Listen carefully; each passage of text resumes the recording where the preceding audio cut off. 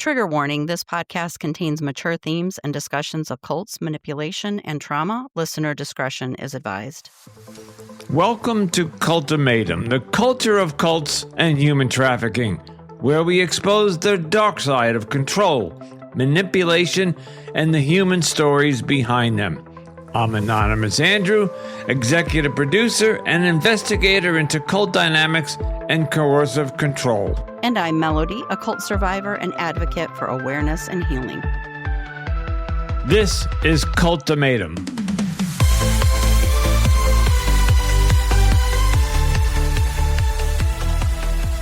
Welcome back to another episode of Cultimatum, the culture of cults and human trafficking podcast. And that last part is important tonight, human trafficking, because we have a special guest tonight. Melody, my co-host, will explain. Hi, Melody. Hi, Andrew. Today we are so honored to have Danny Tillman, she goes by Danny, join us, a courageous human trafficking survivor whose strength and resilience continues to inspire.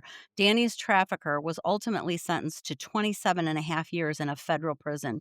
Danny reads her victim impact statement on social media, offering a raw and powerful window into the reality of survival. She speaks openly about how this experience has torn her life apart, and she sheds light on the profound ongoing trauma that human trafficking inflicts on victims. Danny's voice is an essential one not only for raising awareness, but also for giving other survivors hope, validation, and a reminder that they are not alone. Danny, welcome to Cultimatum. We're so happy to have you here. Hi, thanks. I love hearing that. That was beautiful. Thank you. And thank you for your bravery. Yes. We have almost coming up on 100 episodes, and we added human trafficking to this podcast because we thought that was important to cover that. And we have not been able to get a lot of people to come forward to talk about their story. Maybe a half a dozen. Out of 100, that's not a lot. So thank you very much for coming forward and telling your story. Well, most of what we know about human trafficking is just, or most of what we know about prostitution is just a human trafficking for the most part. Correct. Yes. And that's we can get into that if you'd like, but let's hear your story first. And then we can go into the nuances of this whole thing. Yes. Yeah. Well, for me, I was 18 and I was just, my dad didn't see the point in paying for someone to go to community college when they could just stay at home. And so I was just needed to look for jobs. And I had responded to a job ad in 2012 that unfortunately was a false job ad. It promised me, big monies and celebrities and just that I was going to be doing these parties. And I had moved out of my house at 18 that I'd lived my whole childhood. And I moved to Wilmington, North Carolina. And it unfortunately was a false job ad. And by the time I had realized what it was too late. And I could not go back home. And it ended up consuming about 13 years of my life. The FBI had came to my door in 2023. And up until that point, I knew he lied to me, but I thought that I didn't know there was a word for it. I didn't know the trafficking was a word, and I just never told anybody. And so it's kind of crazy. I just continued down a path that ultimately was really driven by a lot of shame, I think. Because in retrospect, I'm surprised that it's hard to imagine that would happen again, that I would do something for that long. But I can't thank the FBI and law enforcement enough for they didn't need to explain trafficking to me. They didn't need me to understand it. They just shut it down. And the whole time was just asking me, so what happened? Tell me everything that happened. And that was, I think, the most healing part, is because in the real world, I have to get my words together and I got to be able to understand it enough to explain it to other people. But it was very beautiful to know that there's a law enforcement, at least the ones that I dealt with, they knew what it was. They shut it down. They didn't have any questions for me other than what was my experience. We have had a couple of either cult members or human trafficking members, because some of them were crossovers. But there were some women or young women in their teens that were arrested, but they were being trafficked, but they got arrested on the street as hookers. And nobody could see that these young 15, 16-year-olds were being victimized. And so we blame law enforcement, but this was a story that went back 10 or 20 years. Mm-hmm.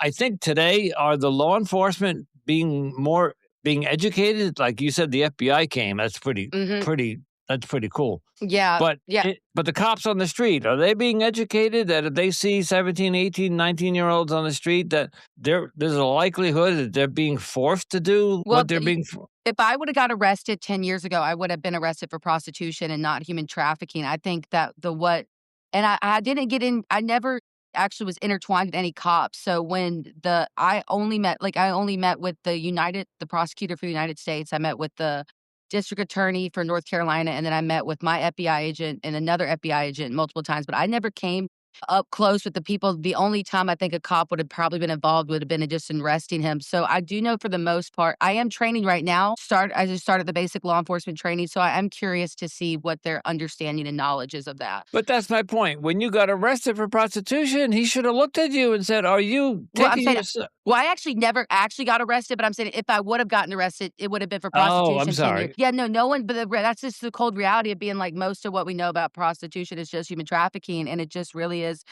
Are you going to catch it when they're active and that would be prostitution? Or are you going to catch it when you have so many victims and now it's obvious where it goes back to? Because the most common form to be trafficked actually is your partner saying to you, "Why don't you go see this guy?" or "Why don't you post online?" But they fail to mention the part where you have sex. And that's actually the most common form for a woman to be trafficked. Okay, I gotta tread lightly here. Mhm. You said you answered an ad, and it Mhm. was you thought you would be going to parties, and I would imagine in some of the bigger cities, like maybe Miami and New York and things, that they do have these women. I've been to these clubs years and years ago where they just walk around with drinks and they give out drinks, and in the casinos they do the same thing, and you look pretty and you're wearing sexy outfits. What can you tell us what this ad said and what when you got there, what they actually wanted you to do, and then where were you Mhm. tricked? How did that So, ho yeah, so I actually met him. I saw him for the first time in a hotel lobby, and he had convinced me to go up to this hotel room and take these photos, this risque photos. I remember I never even heard the word lingerie, and even at 18 years old, like, the red flags were sirening off because the FBI had showed me that I had sent him an email apparently that said, "Ok LOL, I just don't wanna have sex with anybody," and he had blatantly said back to me, "No," and then I proceeded to move down, but after I moved down there, it wasn't, like, right away he prostituted me. It was the first week or 2 or maybe even month, he had me meet certain people, and in the end, ultimately, most of those guys got arrested for being the ones that were part of this trafficking ring as well. But, they would and it wouldn't be prostituting if those for those first couple of calls, it would just be awkward. I remember I would leave the calls and be like, "What was that? What is this?" And then I remember the day that I found out what I did, I was in, like, the formal dining of, like, a really nice home, and it was, like, a man, a very, very much older man, and he looked at me, and I don't remember a lot of what happened, but I'll never forget this part, and he had said to me, "Do you not know what you do?" And I said, "No, I don't think so." And he said, "You have sex with people for money." And I said, "Oh." And I think, in retrospect, there was no foundation to say no. I was 18. I was so just also assumed that these older people, they had money, they wouldn't point me in the wrong direction, and that continued on a long journey of people patting my back, and telling me affirming things uh, on the way to. Well, they gaslit you. Yeah, go ahead, Melody. I was gonna say, it sounds like you were pretty naive and a lot like you get sucked Mhm. into a cult, they were kind of telling you what they thought you wanted to hear and not giving you all of the information up front. Would Yeah. that be correct? Yeah, for sure, and then my trafficker would say things to me like he heard I was bad at my job, and then he would just, take advantage, like, do that to me, and it was, and that went on for a long time, extreme long time. In the end, a week before he got arrested, he had even sent me a message telling me to, like, like, "Lay low, it's hot over here." Like, that's how close we were that he thought to some extent that he was looking out for me? So, even then when I went and did my speech, there was a lot of me that felt like I was betraying him doing my victim impact. I couldn't even look at him, and I think I'll probably be in therapy for a long time trying to understand why I felt like that was betraying him doing that Well, you speech. what's that syndrome when you're a captor? Stockholm Yeah. syndrome. There was a So lot of that. Yeah, definitely. Because he took me out of a situation I didn't wanna go back to, you know what I mean, as well, and he brought me into money I had never experienced before, and also they were just older, and they were telling me things, nice things, and I think the thing about, when you get taken advantage of like that, it just feels like overstimulation at the moment. Like, you don't really realize what it is sometimes until it's so far down the line, just gone the wrong way for so long. Were there so he at the beginning, he got your trust, gained your trust, and like you said, it took a month or so before he threw you out there. Were there at some point, was there any drugs or alcohol introduced into this? Because that's often. Yeah, yeah, definitely. My gateway drug with him was Xanax, and I just did a bunch of Xanax. I don't remember any of it. I really can say that I don't remember anything, which I'm sure that's not. I remember the house that I walked up to, and I know the address to that house, but I remember saying to myself, "I'm not going to remember any more of this," and I just didn't. And so, yeah, no, but there was a lot. But even then, in hindsight, there's no way that anyone's doing that and they're healthy, though. I No. don't see how anyone. It's just you gotta suppress your reality. Just no one lays their head down at night and they're glad that they've done that. Even if they were tricked, or it's just a terrible, terrible way to live. Well, Xanax is very close to alcohol. It's the Mhm. same. It does the same. Has the same effect on the brain. So you taking it, whether they're giving it to you, you're taking it. You could actually have a blackout in Xanax and not Yeah. know what you did that night, and wake up the next day as if you had an alcohol blackout. Like you, like I'm an alcoholic in recovery, so I can say Yeah.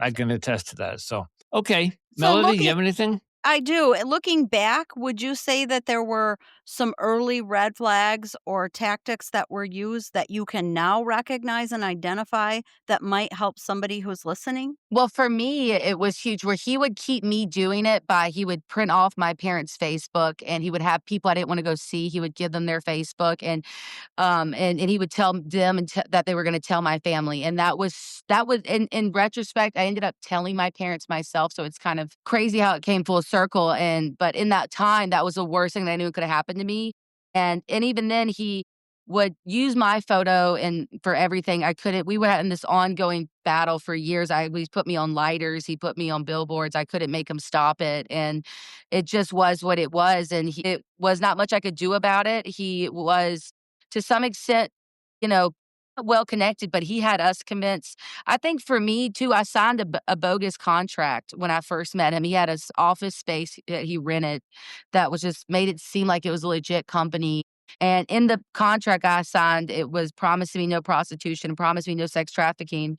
So when I got into these rooms, it was just really confusing. Like, I'm scratching my head, think about it. I didn't really understand that I was being taken advantage of because I just didn't tell nobody. I just knew that when I left that, I felt ashamed, and I also knew I couldn't go back home, and he knew that as well. That's why he waited till I was just as far enough, a month or 2 there, that he knew that I was no way I had to go. And So that's just really what happened mostly. was he using the photos then to blackmail you? Was that essentially And what my that parents photo mostly. session was originally about? Yeah, so even then, when I did those photos, that was under a promise that he would not use them, and he had promised me he wouldn't, and from the moment I left there, that was not the case, and it was, yeah, and mostly it was just he would tell me he had these people I didn't wanna see anymore. I'm like, "Look, I'm not seeing these people." He would make me go see them anyways, and when I'd get there, they would be holding my parents', like, Facebook, like, printed off, and I would have to go see them, and I had because I just at that time, I just didn't want them to find out, and it's crazy to think that that was enough to keep me going, and then you get so far down this path that you kind of forget that you were even tricked on, like, no, someone lied to you, and you just keep going down this path. It really wasn't until the FBI came to my door, and I had said that I was a prostitute, like, on more than one occasion, and she finally stopped me and was like, "No, you're a victim of human trafficking." That was actually the moment in 2023 my whole life changed. Until that moment, I had never heard that word. I never had understood that it wasn't my fault, and so that was really the deal. And I think he had me all the way until 2023 because I took full responsibility even though I just knew he lied to me, and I didn't understand the things he had said and done. I didn't even know I never heard of coerce. I just didn't even know those words somehow, but yeah, Do you know and it was really messed up. how exactly he got caught? How did they figure this out? How did they find Yeah. you? How did they catch him? So there was a girl who got caught trafficking drugs, and she gave up her trafficker, and that trafficker said that, "Well, I get all my girls from this guy named Todd who does sex trafficking and human trafficking," and that put him on to Todd, and then from there on, they realized my FBI agent had said that she realized she said that she would could if she was still looking now, she would keep finding victims. She says it just goes on forever, and it does. I mean, like, when I was working with him, that was in 2023, and a week before he got arrested. I mean, in 2012, but in a week before he got arrested in 2023, I was always, no matter what I did, like, connected to this man, it feels like, to some extent. It's just just way that it was. I never told anybody. I wish I could have, in retrospect, have probably just said something to anybody, but it was just a secret I had made peace with, and I tried to live a double life for as long as I could, and it always blew up in my face, but for the most part, I just thought that I could just never tell anybody, and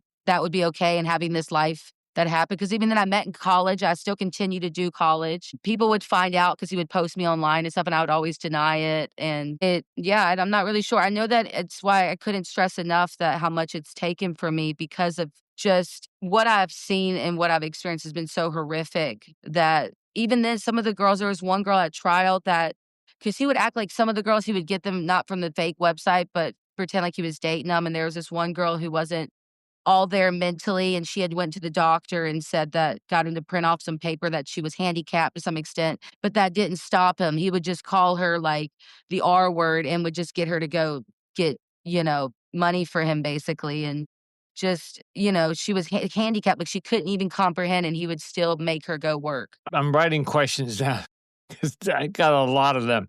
Yeah, What please. what you said earlier that he put you on a billboard. What was that about? He was advertising that you were for. He used it as a entertainment, because it was Cape Fear Entertainment, is what it was when I met him, and it was just for parties, and that's what it was supposed to be, but the whole time he's trafficking girls, and, of course, I didn't know that, but, I didn't know I was being I didn't even know what was going on, to be honest, but yeah, he would use the photos, and even though I asked him from the jump, he just did what he wanted to, and I had signed some contract that was bogus, but he had convinced me in this contract was so legit that I couldn't do anything about it, and mostly just I honestly think if I would've told one person, I think it coulda ended, but I just was like, "Take it down," and I just couldn't do it. He wouldn't do it, or he would ignore me, or he would threaten me with my parents, or he would threaten me once I had my son. That became the big one. He would threaten me with just, calling CPS on me, even though he had no reason. But these threats were so scary, because this man, to me, I just he seemed like he had a lot of power. I mean, Wait, whoa. There was a child involved here? no, not with him. So I had a son, 5 years ago. I met someone one night and had a baby. So it was just one of those things. He's been a true blessing. And the only thing that was able to get me out of what was happening, I was able to then not, I was never able to fully get away from him, but I was at least able to distance myself long enough that I got into, like, because you see, I never lived with him. I always had my own spot. So it wasn't hard to live two lives for me, but Okay. it was, yeah, but no one knew about it. Even my son's father didn't know about it. My parents didn't know about it until ultimately the FBI kind of gave me permission to be a survivor of it. I don't think I ever would have told anybody for sure had they not told me it was okay. No, of course not. It's not something you go around telling people, Yeah. Well, until and you're sa that's especially. that's part of the control, right? The fear and the shame is part of the control. That's Yeah. how they maintain control over you, is with that fear and that shame that comes along with it. So he had a legitimate business, but behind the scenes he was doing the human trafficking. Is that correct? There was a front business that was legit? Yeah. In court, when we went to the federal trial, he did say that he said his apologies, but he had said that when he initially started the company, it was supposed to just be for dancing. It was supposed to just be for having people at parties. And whether that was true or not, there was no record that we had seen. The FBI had found that being true. It was from 2012 to 2023 when they stopped it. It was just telling girls that this is what they were gonna do, and then from the jump, she says she could see records of the day they signed their contracts to him going online that same day sometimes, and immediately selling them for sex, just immediately. And even though he's telling them in the same conversations that same day, like, "Hey, look, this is not that at all," and it just wasn't what it was, and he ended up even then he got caught with whatever, $300,000 just cash money on him, and the money he had made off of all of us together, it made me a victim of slavery and involuntary servitude as well. Wow. And that was part of the Yeah. charges against him, I'm assuming then? Yeah. So I was in September 29th, 2025, I was officially deemed a victim of human trafficking, sex trafficking, slavery, and involuntary servitude.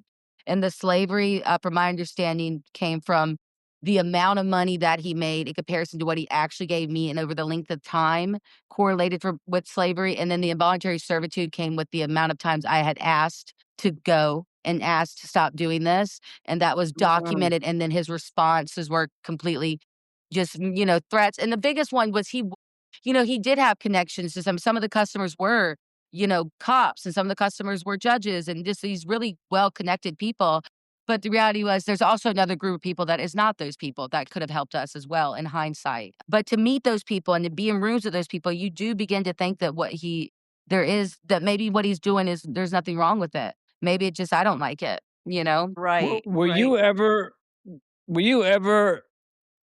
was it just in the state of was it South Carolina you North said? Carolina, North Carolina. North Carolina. Did he ever traffic you outside the state, like either overseas Yeah. or specifically in New No, York? Because I just Googled your name and you came up as a defendant in Brooklyn, New York. so Do you know about that? For Daniel Tillman? So Yeah. I have been he has used me, I mean, to say where I haven't been trafficked would be easier. I mean, California, Boston, New York, where else? If it I mean, I've gone up and down the whole I mean, and in the end, I will say that it was a weird relationship we had as well because there was like a moment where I told him no, like I didn't want him to rate me anymore. And I was like, and he would respect that. Like once I started to say no, and it was weird, I was like, okay, if I just say no. And so there was a weird relationship in terms of being like, and he was really big about condoms. Like he never let me do anything without a condom. Like, and so in retrospect, it's also like very confused at that time because what I was seeing as like this man's always thinking about my best interest and he respects me, he's let me say no. I think I was just so young and I didn't get around anybody else. Like I was from 18 to the at time the FBI came to my door, I had traveled a lot of places and met very rich men one on one in a room, but I had missed out on I had not had human intimacy in so long. I mean, I didn't even date I've never even kissed someone at a party. And it's just I was just doing this other thing day in and day out, 6, 7 times a day for so long. It just I never knew anything else. Did he take you overseas? No, no, no. No, overseas. Okay.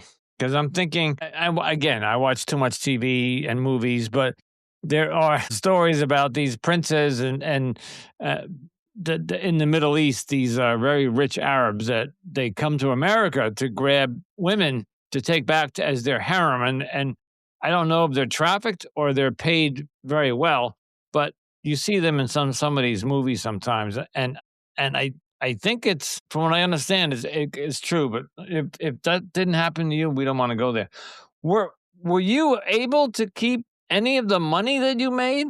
Was there cash No. exchanged? No, I mean, I would make so this the reason it was slavery was no matter how much money he made, I made $100, and that never changed and, ever, and so in the end I mean, there was this one call where I had met the guy from Breaking Bad, he played the DA, that bald guy. I had met him, and that call alone, the FBI told me that she wouldn't even tell me how much that he made because she didn't think it would be good for my mental health because of just the amount of money he would make on some calls compared to what I would always get with and I just didn't know any better, and I think too, like, that was the 2nd or 3rd time I ever was intimate with a man ever when I was 18. I was very sheltered growing up, and so I just hadn't experienced a lot, and so for me to go from that to that, just 2 big extremes, you just feel worthless, or at least I did. I felt like my worth was now, like, is going to be sex, and that's transactional. And so I was done in terms of being like just having a human relationship. So, Well, Danny, of during this course. time, did your parents, like, were they asking you questions? What did they think you were doing? Were you still in contact It's with them? How did Yeah, that all play out?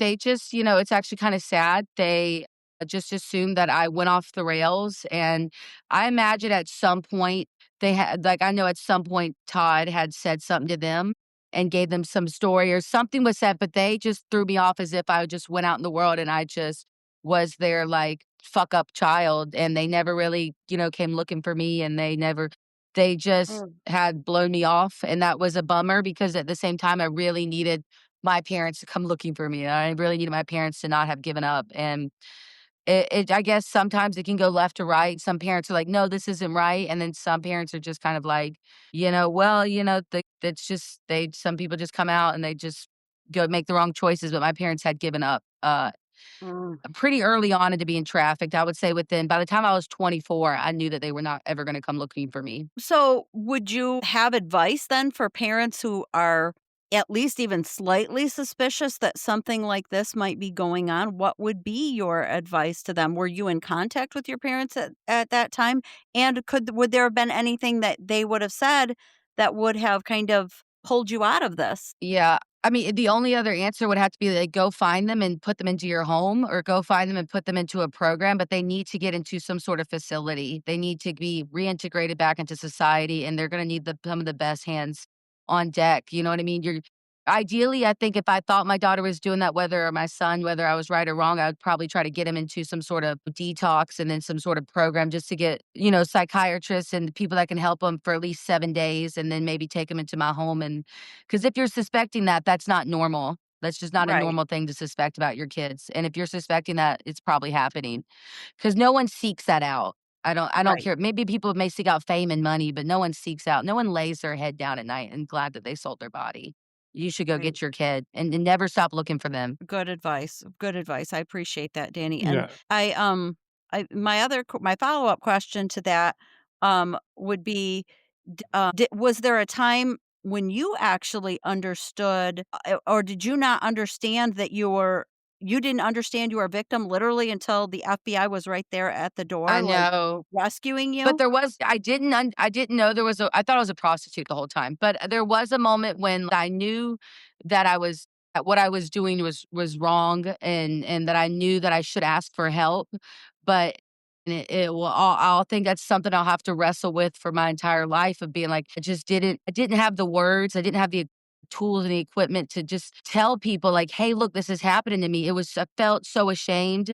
I knew to Right, hide it or I felt it was best to hide it, but I think that's something that I'll have to wrestle with the rest of my life of the point whether I'm a victim or a survivor of anything, I have to live with the part that there was a point where I knew what was going on to some extent, and I continued down that path, and that's just something I think but I think if you're like, if someone's touched as a child, I think that there's a point where they know that this is wrong and they should go tell an adult, but the things they do to survive and the things they do to continue, like, they'll have to wrestle with that when they didn't ask for help, but sometimes the reality is you just don't have the words, and even right. if you wanted to change everything, there's no reality where you could have looked at someone and said this was happening in a way that's just it's yeah. And in the instance of a child, we've heard this over and over again that even if a child, any age, 5, 8, 9, went to an adult authority and said that man or that woman or whatever is touching me inappropriately, a lot of times they won't believe the child. So Yeah. the child has doesn't have an advocate, and especially in the cult world, they're told that there needs to be 2 witnesses or something. So I mean, I don't want to get off on a tangent here, No, but that's awful. it's very difficult for a child.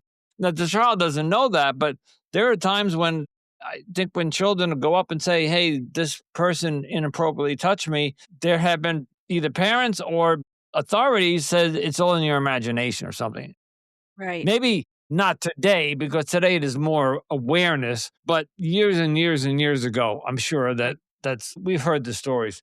Well, Um, go ahead, Mel. I was gonna say, it sounds a lot to me, very similar to the brainwashing that goes on in a cult, to where, Danny, you didn't even realize that you were a victim, and really didn't even until this Yeah, FBI agent said, "You're a victim of this," and Mhm. then it was like a light bulb went off, and you were like, She cut "Oh, the I lights am?" on. Yeah. Yeah, She yeah, cut the Mel. li yeah. We'll be right back after a quick break. Don't go anywhere. More Cultimatum is coming up. my boundaries have already been crossed. When you kept asking me, like, "Is there anything you could say?" I was like, "No, I don't think there's anything you could say that would bother me." I actually really wear this like a badge of honor, like a scarlet letter, like, at this point. Good for you. Yeah, I mean, like, as it is what it is, like, my life that there's so much stolen from me in so many years, I didn't say anything, I just don't care. I think the only thing that bums me out is there's no promise of a husband or on this path. I think that's the only I think this is sad, Thank there's just no whoa, whoa, promise whoa, of it, whoa. you know? Thank you for bringing that up because I was gonna ask you about that, and I didn't know about if that would be okay. Yeah. I do wanna ask you about that. You are absolutely deserving of a husband, but we'll get into that. I'll start with asking a question then. What Okay, please. resources, people, or organization made the biggest impact for you when you actually left? And what did that look like Uh, for you? I will say that I wish there was more for trafficking survivors. Unfortunately, there's just not. If it, I got lucky, and I had these specific law enforcement agents, like this specific FBI agent that just did her job.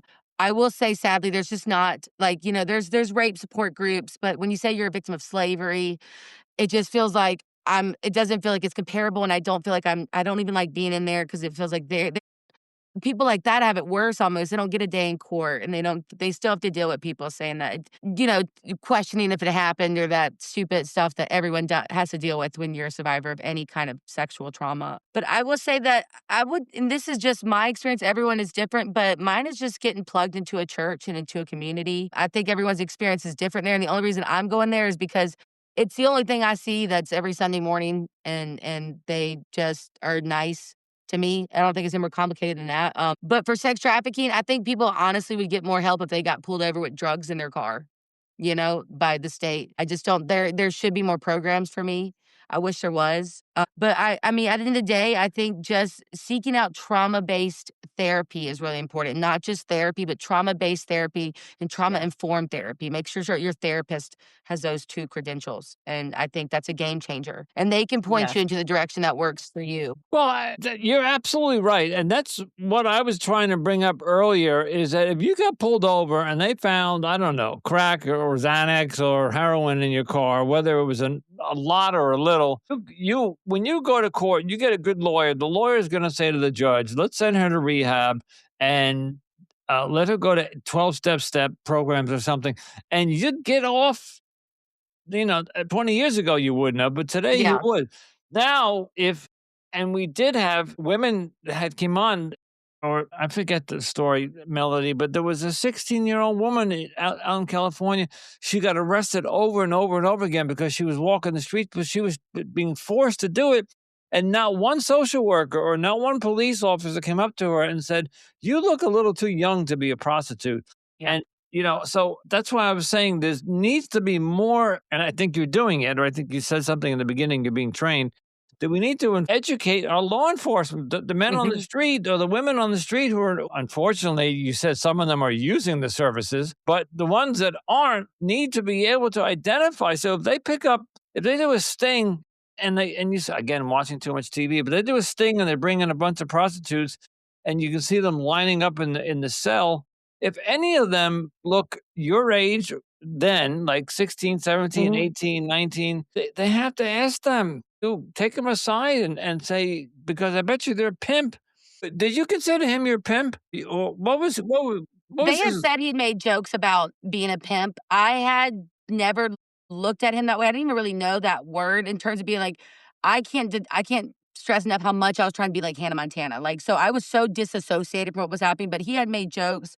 They had said in the federal court, because we did a federal and a state trial, they said that he had made jokes about being a pimp. And I looked at him mostly like, okay, imagine like you tell like a random person or just a friend, like your deepest, darkest secret, but you don't really like them or whatever, but you see them at parties, like they are just in public. They have you have such a loyalty to them because they know something about you that you don't want anyone else to know, that it's kind of like you're just the forced into bond? this friendship. Yeah, it's a bond. Yeah, that's the best way I can use to describe it. I look at him almost like my husband in a way. Like, I got divorced on September 29, 2020, because he was and to some extent, the most important person in my life in terms of where he had led me down this path, and he manipulated me down a path I personally never chose to go.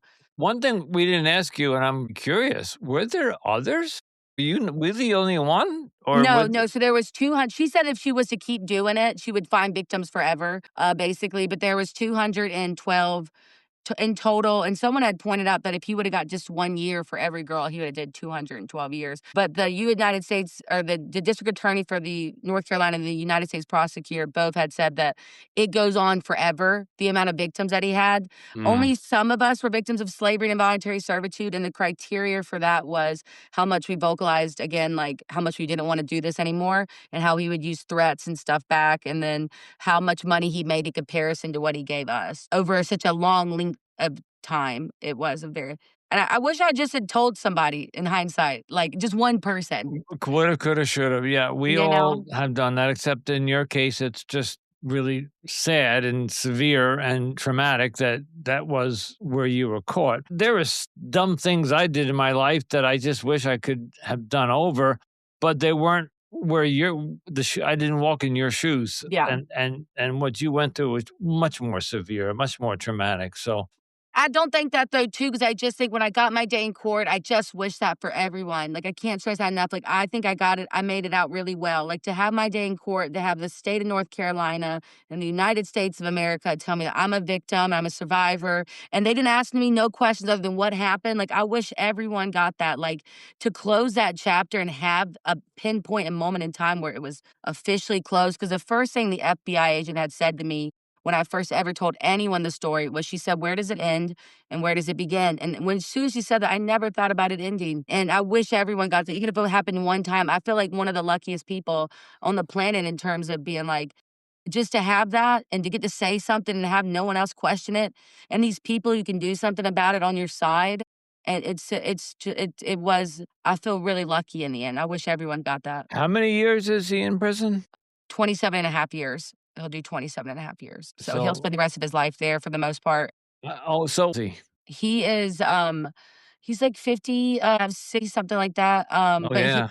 But he's done a lot of drugs. So, and he admitted in court too that like he's been sober for the first time in like, I mean, he got caught with so many drugs that there was no way that he wasn't going to do this amount of time anyways. They eventually, it said in the state trial, they just agreed to just like destroy all of it, and they weren't going to do any charges with it because it was just so much. Wow. Wow. Yeah, no, I actually never heard someone get caught with that much drugs. I didn't know that someone get caught with the quantity. I mean, he had every piece of glass you could ever imagine and thousands of them in his house alone. But yeah, no, it was really sad. I think the saddest thing about it was just knowing that like I lost so many people and the relationships it's just taken from me. Okay. I'd like to. So the audience, we lost Danny about 10 minutes ago. Her internet dropped out. So she's back and she joined us, and you may or may not hear where that happens. But while she was coming back on, we talked about something, and I do want to talk to Danny about it. You just mentioned something about the people that you wish you could have. Let's talk about you said to me something in the break or the when we're trying to connect again, that you'll never have a husband. Why do you say that? Well, I wouldn't say never, but I think anyone who's been a victim, because that's for everyone. It could not happen. Some people can't have kids. Like, it's just life. It's a hard life. But I would say once you go down a certain path, that I think that the best mental health advice I could give for someone like me is just to accept that there is no Why? promise of one. Why? Because I just for mental, because it's like so much like you're dirt, whether it's true or not. Like, I don't believe it's true. I'm dirty, damaged goods in No, society's you eyes. are I not. don't believe that to be true, but the reality is there is something to be ashamed about what has happened to me, and it's an inherited in all of us. Like everyone, like you don't do something like that. What's happened to me? I'm so messed up in terms of being like my idea. Why am I gonna go help a friend move a couch when everything's been transactional for me for the last 13 years? Like don't know like what's in it for me. Like there are so many things that have happened to me and the way that I view life that I'll spend psychologically speaking that it's probably not sustainable. Like I'm for a while for me. And I hope to one day find one. But I know at the end of the day right now, I'm just trying to make peace with what I've lost and being okay with that. Okay, where are you? And you don't have to give me the exact location. I don't care what state or city, but where are you living? Are you living on your own? You have an apartment? You Yes. have a house? So I got put in witness protection last year, and, Good. so that was great, and I got out of that in September 2025, I got to where I could actually even talk about it, and so I couldn't even say anything up until then because I had when he first got arrested, I had saw it online, and I remember I posted, just said in the comment section, I was like, wow, it is 12 years. At that point, it's 12 years. I said, it's 12 years too late for me, but it's not too late for any other victims. And when I had said that, I guess the other co-conspirators, or whatever you call it, they had remembered me. And there was people that were trying to look for me because they knew that I could point. I was the only one that could actually point every single one of them out. They had all driven me. I've given them all money. They did not want me to be, they didn't want anyone to talk to me. They knew that that was going to be bad. And so they put me in witness protection, that I was subpoenaed, and luckily Wow. it didn't take us to trial, though. I'm really grateful it didn't. But I even then,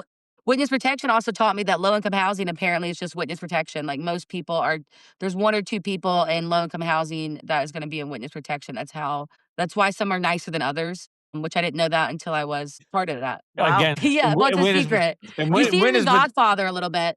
I think it's called The Godfather. I think that's one. well, in witness protection, they get nice houses, they get all identities, Yeah, they get a it's a nice, job. yeah, the nice, low income housing houses, Yeah, because there's yeah. really nice ones, you know? Okay.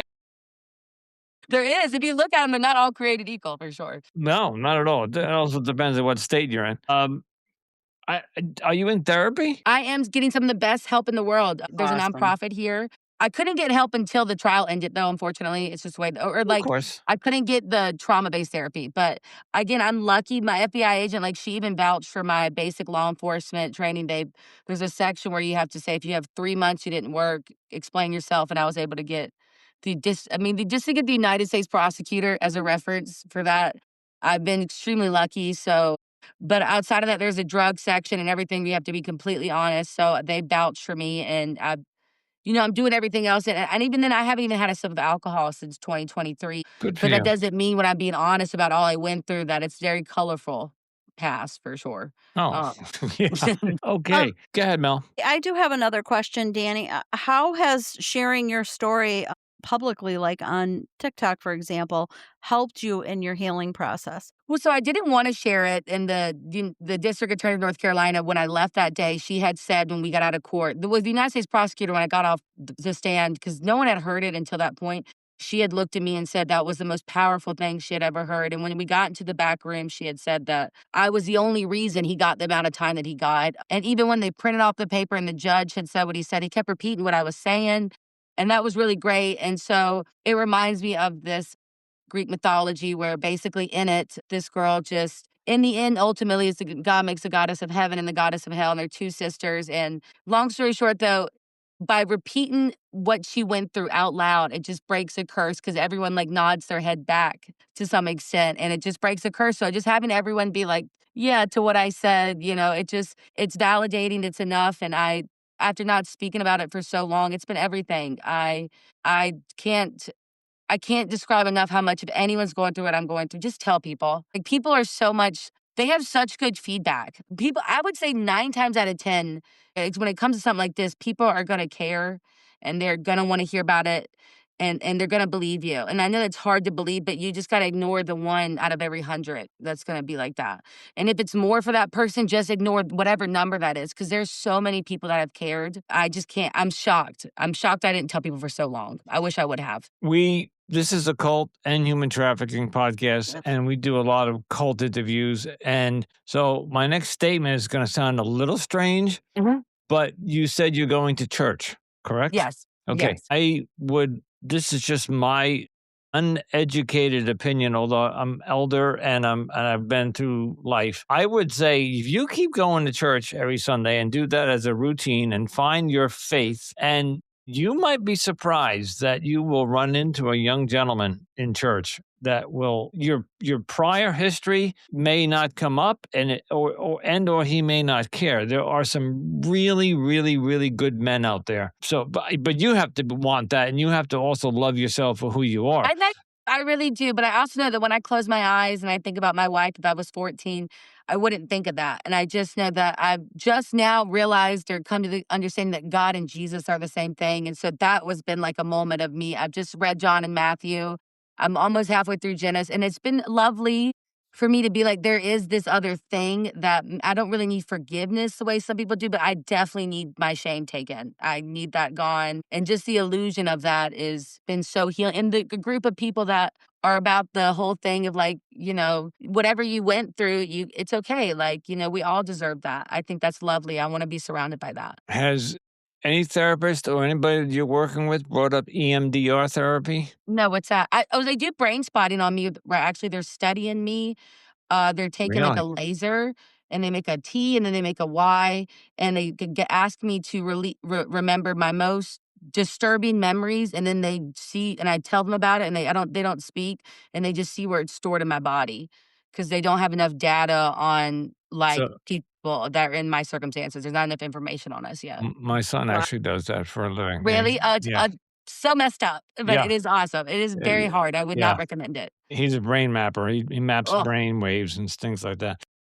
they're trying to get me to remember because I don't remember anything. So that's our goal for it right now. Mm. Interesting. Yeah. Okay. All right. We do got to begin to wrap up. Okay. Danny, this has just been an amazing story and the resilience and the bravery and the courage and anything, Mel, that you Oh, it's so any inspirational, and I have high hopes for you, and we so appreciate you having the strength and the resilience to come on here and share. It's a hard story. These are hard stories to share, and I think that's why we have a hard time getting guests on. So we appreciate that you have come on the show and you want to share and help other people realize that other survivors of similar situations realize they're not alone. I would like to ask Danny if maybe in 6 months or a year, come back on and tell us I where would you love are. that.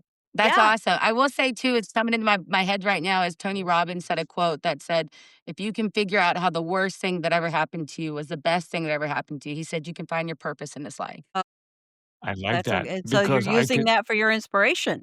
Yeah, I have no choice. This is in no way to what you went through, but my alcoholic or drug bottom was the best thing that ever happened to me because it Really? got me, yeah, well, because it got me clean and sober. Well, But what I got you clean? Did you pray about that or just go check yourself in somewhere? Can I ask that? Mm, Or both? mm. I You didn't have just to do rehab. okay. It's a little bit complicated because I had some sobriety 20 years ago, and then I relapsed and went back out, but when I was finally ready to come back in, I knew what I just needed to go to a 12-step You were just program. done. I And was that worked for done. you, 12 steps? Yep. NA or AA? Is there a difference to you? There Or is a both are fine? To me, there is a difference, but because alcohol was really Okay. my drug of choice. Of course, I did a lot of drugs, but alcohol was always the start and the end Yeah. of that night. So, and in between. So, but what I'm saying is that pitfall, that trap that I fell into was the best thing that happened to me. So I got myself clean and sober. It was a little late in life, but I'm now enjoying what I have. I have grandkids and things like that that I'm starting to enjoy, which I would not have had if I kept drinking and drugging. Yeah. I try to just sit and think about like we all have our own struggles and I know that mine's not any harder than everyone else's. And I really wish that everyone just talked about what they're going through a little bit more. The links we go through to hide the parts that we're ashamed about to everyone around us. We move nowhere half the time in our lives because we all meet people and we're like, let me not tell anyone about this thing I really need help with. And everyone does that on such profound levels. It's actually kind of crazy. Yeah. One more question. How old is your son now? He's 5. Oh, he is 5 now. Aw. Okay. He's a good boy. I don't deserve him, but he's amazing. You do deserve him, and Yes, you do. A lesson. yeah, and is his father in his life? You know, yeah, we'll go with yeah. But you could tell that it was not he never wanted kids. He's been handcuffed to me in terms of like child support and custody. But Mm. Okay. he's there, to some Okay. extent. Okay. We'll go with that. We'll go with yes, he could do better.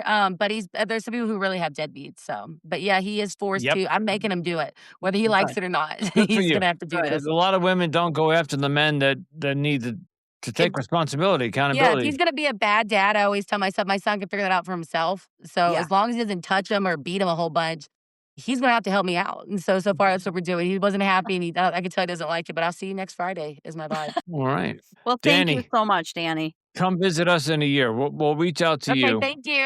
I hope All it's right. much better. Tell us. All right. Wait. Just tell us where you are on TikTok, so our listeners can Oh, find you. I am at Always Sunny in Danny. Yeah, and I'm from Beaufort, North Carolina, and you can find me on there. All right. So we'll put that in the show notes so people want to Yes. follow you. And Yes. oh my God, thank you so much. Yes. Thank Thank you. you again, Danny. Okay. Thank you.